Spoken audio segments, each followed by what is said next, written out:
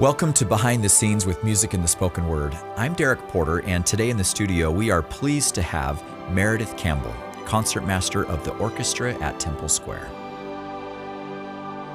Greetings, Meredith. We are so glad to have you here today with us. Good morning. It's terrific to be here. Yeah, thank you for joining. Now, I have been really excited to get to talk to you, and you've been on my mind for some time leading up to today so that we might be able to give our listeners an inside view of the orchestra at Temple Square, this ever-present, ever-visible body there in each week's broadcast, but also silently working and contributing behind the scenes. So thank you for representing so many in the orchestra here this morning. Thank you. You've had a really extraordinary career. As I've read about you and got to know you over the last 18 or so months and been able to witness and observe you. And in fact, I should say, when I walked in the first day of my new calling, I thought, I didn't know your name yet, but I thought, there's the woman I have seen for years and years and years. And I felt like I was standing in front of a celebrity. You have performed with world-renowned artists. You've led the orchestra at Temple Square for more than 2 decades. And so help us know, your title, as we know, is concertmaster of the orchestra. That's correct. Help us know what that means, what it does, and how you might describe this role as a concertmaster. Well, as everyone understands, when they look at the orchestra, it's many people. And usually there's between 60 to 85. There can be as many as 110 if you're doing Mahler.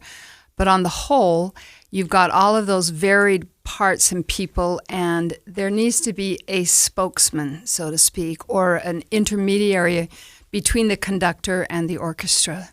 And so the orchestra is a single instrument, but we all come together. And so that job generally is the concertmaster. If this were, for instance, the Utah Symphony, any section leaders or principals would come and say, what about this? And then if I needed clarification, I would go to the conductor and we would solve that problem. Wow.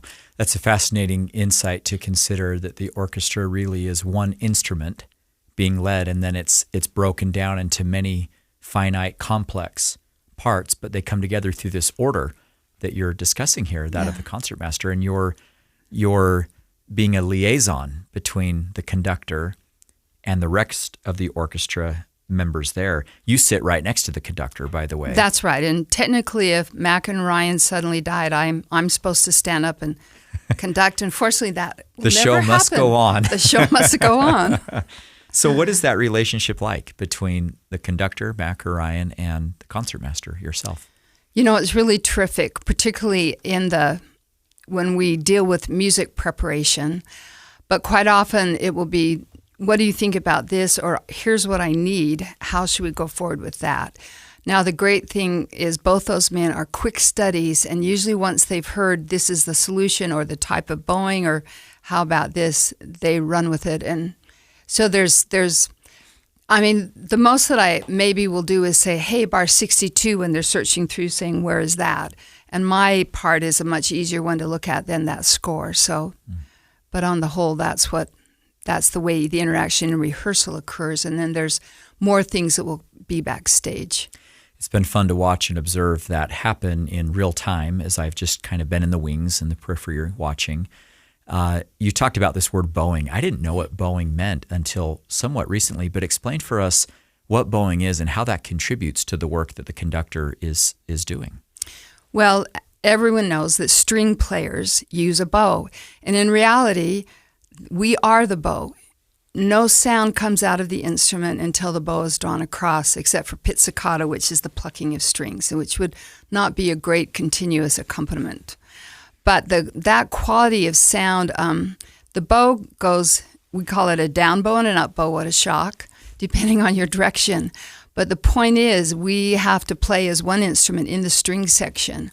And so we have a marking that I put in. I look at the scores. I look at what we need to do in terms of how we're underscoring the choir when it is the orchestra is playing a solo part by itself, or, maybe the winds have this solo and we need to mark certain things. So I put in the bowings commensurate with how little or how much sound we need to have. And then the fact that we all start and end together, that we're all doing the same phrase work with the bowings that we have.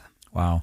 And it's such an important part of the music, that happening, because it keeps a feeling alive, I have felt often as I've listened to that work transpiring. Yes, I know in one interview, Mac talked about the flow.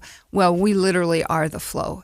Yes, the winds and brass use their breath, but we can sustain a longer phrase. We can do more in terms of where we're taking the music, because we can continue to build with just the way the bowing works, and until there is a break, like a breath. And so that's what we do. Oh, wonderful.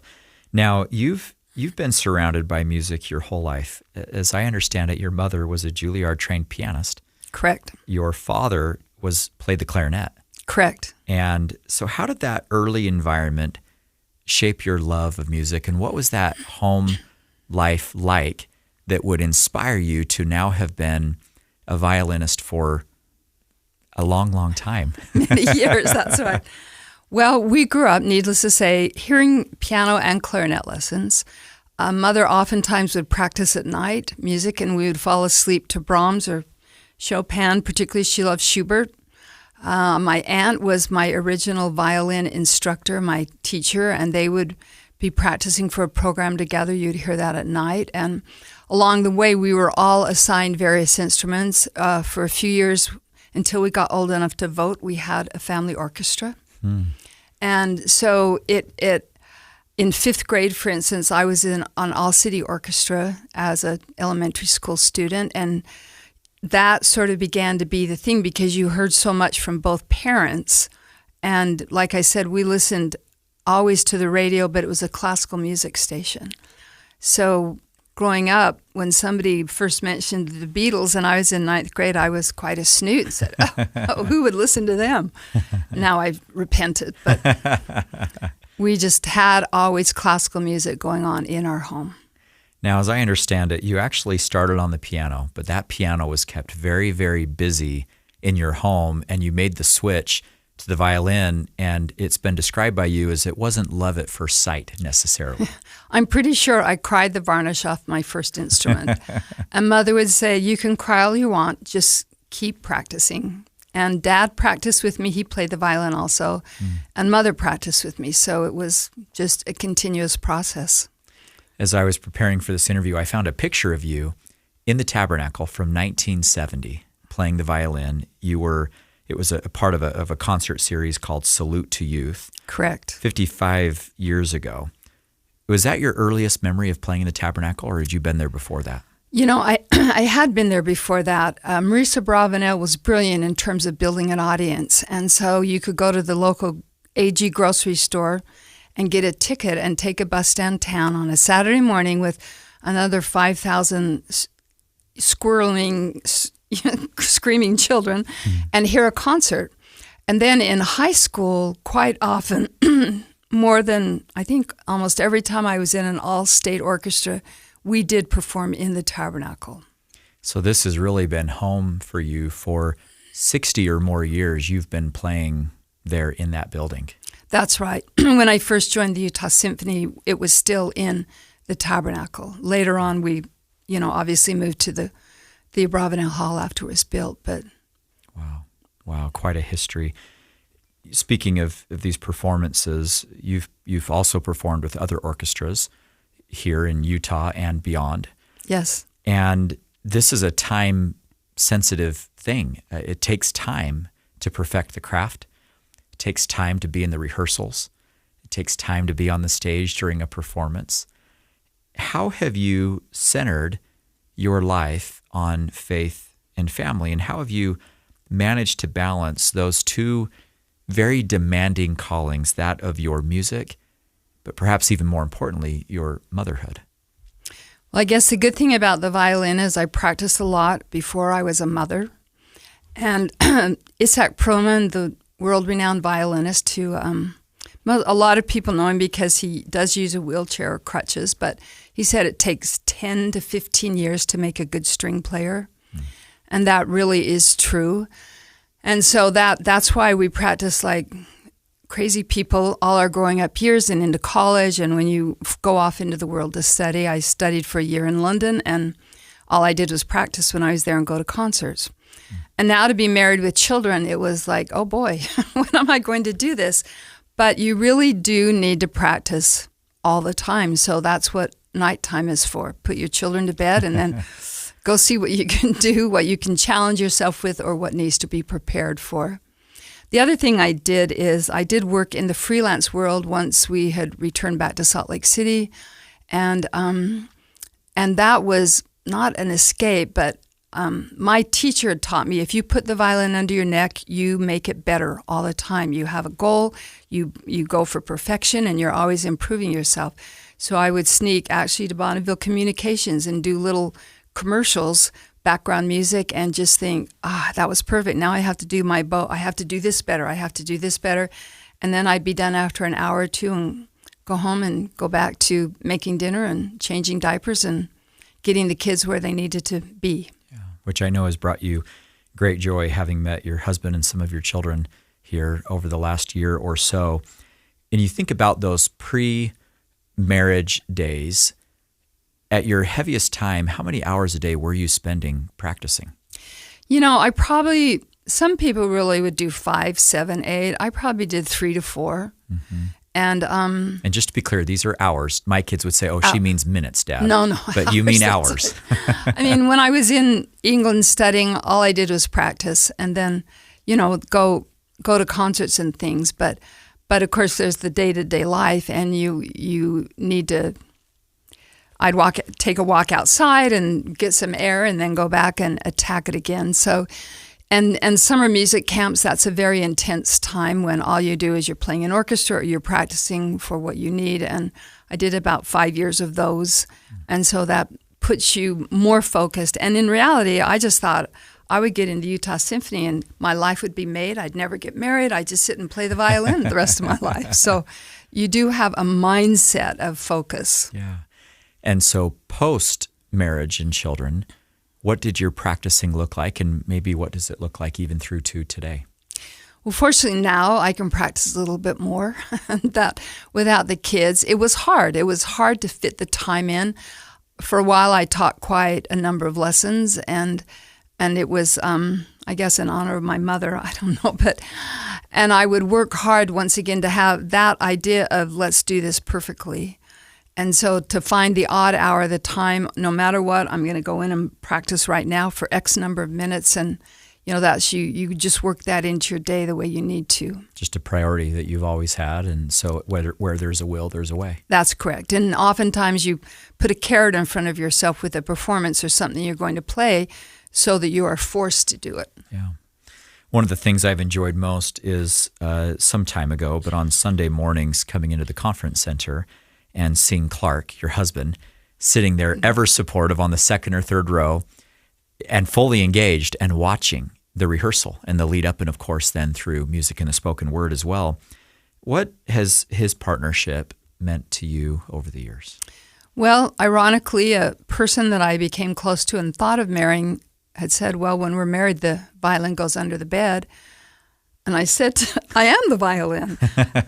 And with Clark, that was never a concern. In fact, when we first moved to Delaware, we just had our second child, and I'd left the Utah Symphony. And so he called up the symphony conductor in the Delaware Symphony and said, my wife needs to come to audition, and then set it up, and then called me to say, you're going to go for an audition. And I thought, wait, So he has been incredibly supportive and waved me out the door in my black clothes with my violin. Yeah. How amazing, how wonderful to have. And I know that it's taken thought about, do we continue, do we not? But it sounds like he's been there ever supportive of your goals, your dreams, championing those, and so very proud. Well, and there was a time when there was an idea that, motherhood, of course, was the most important thing. You need to stay in focus and not have all these things. And I had a sister who kept saying, you need to quit. You need to quit playing the violin. But Clark and I would pray about it. And, why was the answer? No, you need to continue. And, of course, if you look at where we are now with the orchestra at Temple Square, for all those musicians, if you were not practicing diligently, your skill would not be at the level that is needful right now in that orchestra. We're that 200-mile-an-hour train, boom, boom, boom. Next week it's something different, and we don't have the luxury of 4 rehearsals, 5 rehearsals like the Utah Symphony does. So, right. Yeah, you're playing probably 75 or more concerts a year when you consider tours, special events that always seem to pop up. Of course, the regular broadcast, Christmas concerts, things like this. I mean, it is a very serious time commitment. It is. That is happening. Now, speaking of the orchestra since its earliest of days and how long it's taken to get it to where it is, the orchestra was founded in 1999, and you've been the concertmaster since 2003, as I understand it. What do you remember about those early days and as this new ensemble was first taking shape? Tell us a little bit about that story and how it came about.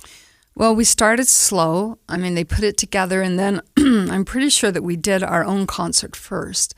I'm remembering the first time I was on a broadcast, and it's so different than now where you walk in, it's old, been there, done that. We're perfectly fine. We sat down and we think, wow, did we remember to do? Are we doing? They're starting. Now we play. And I remember getting to the end of that 26, 27-minute time frame and thinking, wow, what just happened? I hope it all came out all right. Because we weren't, in a way, part of the grind. We had just come in for that one broadcast, and then we did a Christmas concert. And over time, Craig Jessup, our then conductor, would add to, and we were still sorting out how this orchestra was going to come together, when were going to be rehearsals, and how that all was going to take shape. And at first they told us, personally, the orchestra would play 5 concerts a year. We never did 5. We were down to 3. And then we became, of course, the stepchild, not really, but the little brother or sister of the choir, and worked our way so that by the time 2005 was the first tour that we went on, string players with the choir. They'd taken brass and winds before that. And so we were just working our way to the point where now we really are on every broadcast except for conference. Because you just simply can't fit on that stage because the rostrum is full. That's right. It's the general authorities or the orchestra, and they always choose the general authorities. And now we can't even imagine the Tabernacle Choir without the orchestra. One time I went to Rick Elliott and said, Rick, I'm so sorry. Here we are taking your job. And he said, no, we still have our solo point. There's an organ solo on every single broadcast. And he said, there's no way that we could produce the specials that we do, the concerts that we do, if it was just the organ and the choir. I would agree. And one thing that I've noticed and observed is there's so many, and this is my ignorance here, but there's so many violinists. There's lesser of different things. Tell us a little bit about the makeup of how you have determined over these years how many of each different instrument to add in to help with the blend and the sound that comes about. Thank you for that question. Orchestras have been around for hundreds of years. Choirs maybe a little bit longer. But the orchestra itself became if you look around the world, people know the Tabernacle Choir. There's a few other choirs, but there's many, many, many orchestras. And so, of course, they learned over time, this is what is necessary. The amount of sound a violin makes, it usually takes 2.5 violinists to equal the sound that a cellist makes. Mm. And is that the size of the instrument? Well, yes, of course. And it's the depth of the string and where we are. So we know for every cellist, we need at least 2 or 3 violinists to be sitting on that stage. And then there's a coming together of sound that once you get past X number of players, in order to have a blend, we need to have at least 10 or more. Mm-hmm. And 2 players can kind of do it. When 3, there can be, a problem. And then the more you add, the more that wonderful, lush sound is accomplished. So it's just 200, 300 years of here's what's going to work. Well, it's fascinating. And one of the things I enjoy most about the violin is it sounds beautiful as a solo when it's played by itself, but it also sounds beautiful as fill to the orchestra, as the sound, as a chorus, if you will. And it's so versatile with what it does. Now, you've said that the violin to you is more than an instrument. It's an expression of your soul and even your testimony. How do you experience faith through music? Well, if you think about music in the scriptures, we hopefully were all part of the chorus that was sang for praise when Christ was born. And in Doctrine and Covenants, section 84, the words are there, the lyric is there for the second coming hymn. It starts at, I think, verse 80, 90, I wrote it down here, to 102, this is 84, 99 to 102, the lyric is there. Now, I don't know who the composer will be. We haven't heard the melody, but you can get a jump on memorizing those words. And, Christ used, the brethren sung, and they sung a hymn before he went to Gethsemane. So you look at, those are all terms of, in praises we sing. And so to me, because stringed instruments are in a way the closest instrument to the human voice, and so we can add to that testimony, and I always think I have to do a little bit better than a singer. I have to be more perfect, more beautiful, because I can't sing the lyric. I can't express that. So what I give in terms of expression and what I physically give with my soul has to come through the way theirs can by singing the lyric and being a supportive, an anchor for them to what they're doing. Thank you.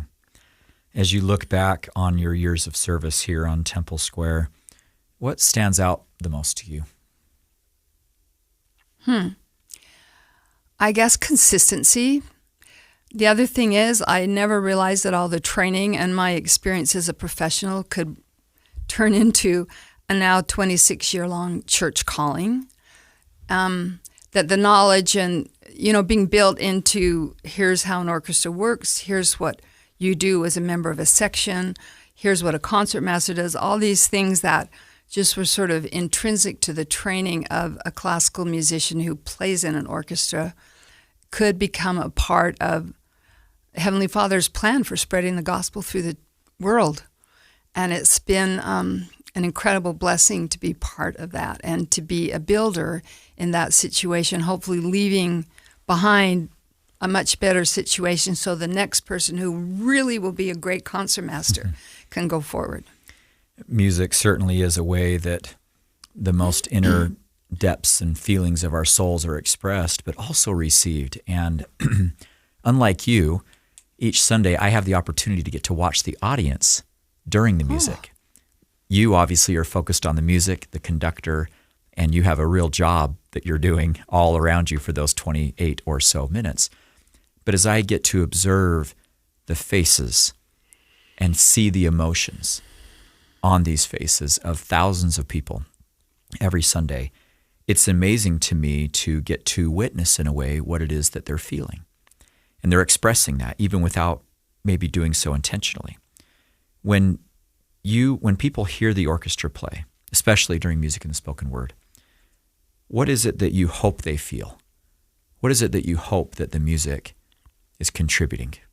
It's interesting. When you play really well, I always think you draw into the eternal nature of music. I mean, it is eternal. Families are, God's power in the priesthood, but music has been there all along, and Heavenly Father uses it to unify us prior to the sacrament, to bring us together in many wonderful ways. It doesn't matter what language you speak, how old you are, if it was from 200 years ago, So I remember a few weeks ago on broadcast, we were singing Love Divine, All Love's Excelling. We were playing that.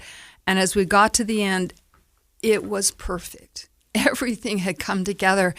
And my brain suddenly said, how is the audience not going to clap? Yeah. Clap. We've swept them into this. Yeah. It's gorgeous. They are, and they did clap. That was the day. I remember this. Yes. Right. And I don't remember ever a clapping in a broadcast. Yeah. But everything came to fruition in an absolutely perfect way, and everyone in the tabernacle was caught up in the beauty of that moment. Just to add an exclamation mark to what you've said, so I was preparing to come out on stage since that was our final number. And you're right, that emotion that day, maybe for me even unlike any other that I had experienced in the 18 or so months that I've been hanging around this place, was overwhelming. And I had the same thought come to mind. And sure enough, we had a lot of people clap. And I asked Mac afterwards, well, he said, why did they clap? And I said, Mac, they couldn't help but clap. There was nothing more to do but join in Yes. that way. And actually, just running broadcasts last week in the run-through, we experienced that on the stage. Ryan was conducting, and I thought, boy, we are really getting good when we can finally, everybody has come together with that unification, with that, consecration of what we've accomplished on stage and what we are therefore giving to those who listen. And I did receive a few texts after last week's broadcast saying, oh, what a broadcast. Then I knew it made it through the television too. Yeah, agreed. And we invite everyone to join for us. It really should be a bucket list item to come and experience music in the spoken word in the Tabernacle. Every seat is a good seat. Every seat you can hear in overwhelming overtures, and to come and to join and to feel what happens there. Meredith, finally, if you could share one message with those who listen or observe or watch or even participate in this broadcast each week, what would you want them to know about the power of faith being expressed through music? Well, I think on our tours we've been using that word esperanza, and of course it was a different word in the Philippines, but that one of hope. And in the cacophony of today's world, all that comes and goes, and even people in a way moving from thinking about God or religion or worshiping. And so that light of Christ that is in every human being that comes to this world, we hope that is engaged. When people listen to it, they do feel more hope. They do feel like they can go forward and accomplish more. They feel some happiness. But you're right, that they would feel some faith in God, or whatever they want to call the greater person that is our Heavenly Father, and feel a connection with Him, a connection that makes a difference in their life, even if it's small. Well, and the ability to carry that with them through their week. Yes. Week after week. Meredith, thank you so much for not only being here today, but for your contribution. And a special thank you as well to all those that you get to associate with in the orchestra at Temple Square. We are grateful for each and every one of their individual and combined contribution that they make each week. Thanks again for being here. Thank you.